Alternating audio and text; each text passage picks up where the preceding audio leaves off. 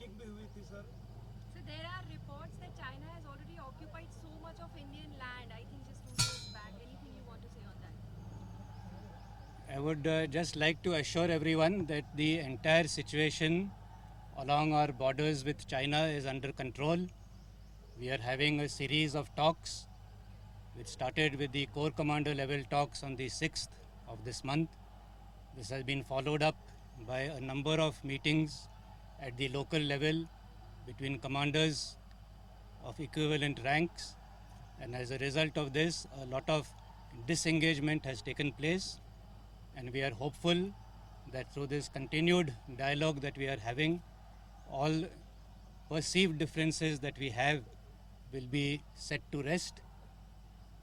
As I said right at the beginning, everything is under control. Sir, continuing with the information provided. As far as Nepal is concerned, we have a very strong relationship with Nepal, which we have geographical linkages, historical linkages, cultural linkages, religious linkages. We have a very strong people to people connect, and our relation with them has always been strong and will remain strong in the future. J&K is concerned and our western neighbor, as you would have seen, we have had a lot of successes in the last 1 week or 10 days. In the last 10-15 days alone, more than 15 terrorists have been killed. All of this has been because of very close cooperation and coordination between all the security forces operating in the Union Territory of J&K. Most of the operations have been based on information provided by the locals themselves, which goes to show that they are also absolutely fed up with militancy and terrorism, and they want that the situation should return to normal. If you want this Pangong chunk of the land, which is up to finger 8. I would not like to use the word retreated in any context. There is no retreat, there is no the correct word would be to use it as disengagement, and both sides are disengaging in a phased manner. We have started from the north, from the area of the Galwan River, where a lot of disengagement has happened. It has been a very fruitful dialogue that we have had, and as I said, it will continue, and by, the situation will keep improving as we go on.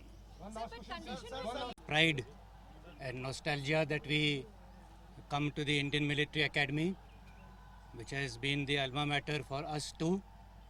And whenever we come here and see how much progress it has made over the years, how much it has matured, yet how it has adapted to the times, it always gives us a great feeling and a sense of pride that we belong to such a fine institution. Today, more than 400 cadets have graduated and been commissioned, 333 gentlemen cadets into the Indian Army, and 90 from friendly foreign countries, from as far away as Fiji and Papua New Guinea in the east to Maldives in the west, along the oceans, and as far as from Vietnam, Sri Lanka, Bhutan, Afghanistan, and up north up to Tajikistan, as far as our land borders are concerned. We wish all of them all the very best, and I'm sure that they will rise up to the expectations and the trust that is reposed on them. I would like to take this opportunity also to convey my thanks and gratitude to the government and the local administration, who have always supported not only the Indian Army but the Indian Military Academy in all their endeavors, and I am sure that this very good rapport that we share will continue in the future also. With that, I wish everyone once again all the very best. Thank you.